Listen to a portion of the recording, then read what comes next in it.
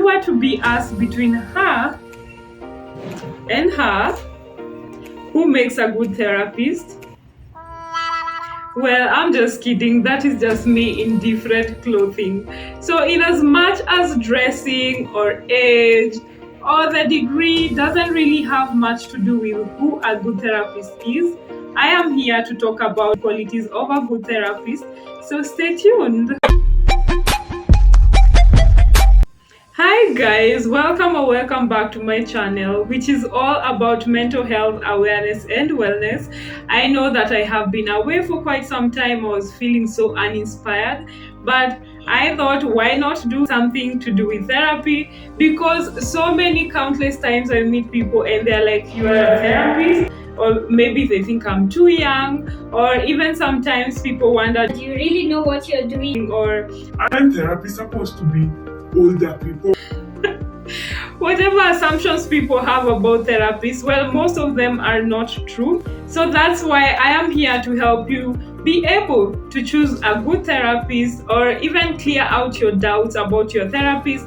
Maybe there is something they are doing or not doing, and you don't know whether it is good or bad. First and foremost, the main thing about a good therapist is that they listen to you. And they listen to you very empathetically, because you ought to have that space. They ought to give you that safe space so that you can be able to express yourself. If you feel like cussing people out, you can do that. They ought to be listening. They ought to be paying attention. You don't expect now to find them maybe in their phone or maybe looking away. They are supposed to pay attention to you, listen to you, even have moments of reflection where they ask you, if I understand you, is this what you mean? If they do not understand, they ought to seek clarification. And in this way, when someone feels hurt, sometimes that's all we need, because we may feel as if nobody listens to me, nobody understands me, and this is what makes a good therapist. The second point is that a good therapist ought to be competent. When I am talking about competency, I am not talking about the level of their degree. I am not talking about the years of experience, nor am I talking about their age.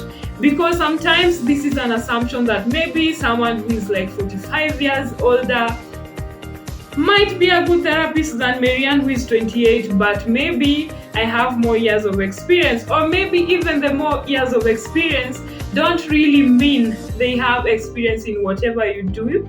So it is very important for your therapist to keep updating themselves with the current trends, to keep learning. I can tell you for free, whatever we learned in school, it was just like 20%, or like just a guide of in the world of therapy, and you have to kind of really figure out things as you go.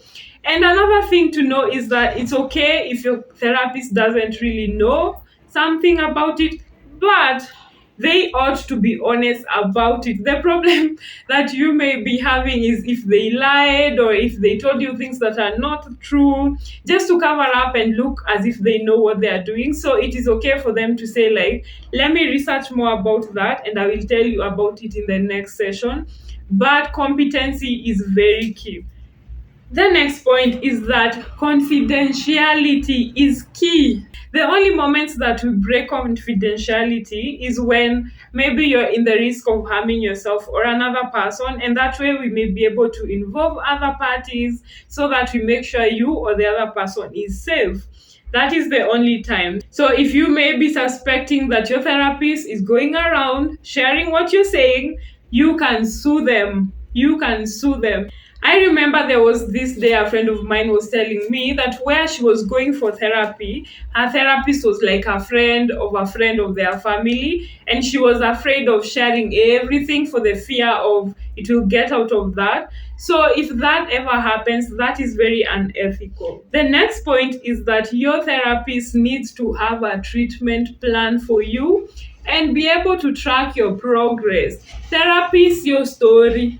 Okay, therapy is not story. We are not coming to catch up. We are not coming to gossip. It is a treatment process. It is a healing process, and we need to have some milestones. While this is the case, though, it is also okay to know that it is not realistic to expect that you may have progress after one session, but also you don't expect to lag this process for months and months on end and not having so much progress.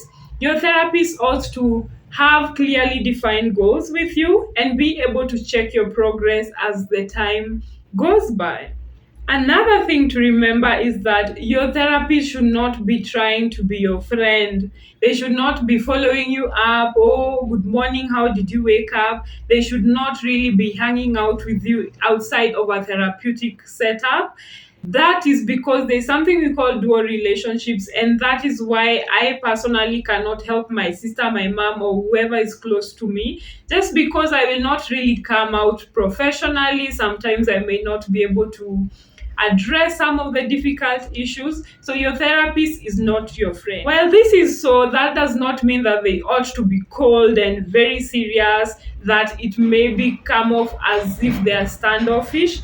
They ought to make you feel comfortable. You ought to have a good therapeutic relationship so that you are able to open up and you feel as if this person is welcoming, they are warm, they are inviting, and they are able to understand you. The other point is that your therapist ought to know that there is an end to that therapy relationship, and also they may not necessarily be there with you while you are away from the therapy. So they ought to be able to give you homework. They ought to equip you with tools to be able to practice in the outside world so that you can be able to see if you can be able to tackle these things alone. And maybe even with time, you may not really need them. So it is not really supposed to be a situation where you get to depend on them, where everything you're like, oh, what will therapist Maryanne say? Oh, I am going to tell therapist Maryanne. You ought to be able to, as time goes by,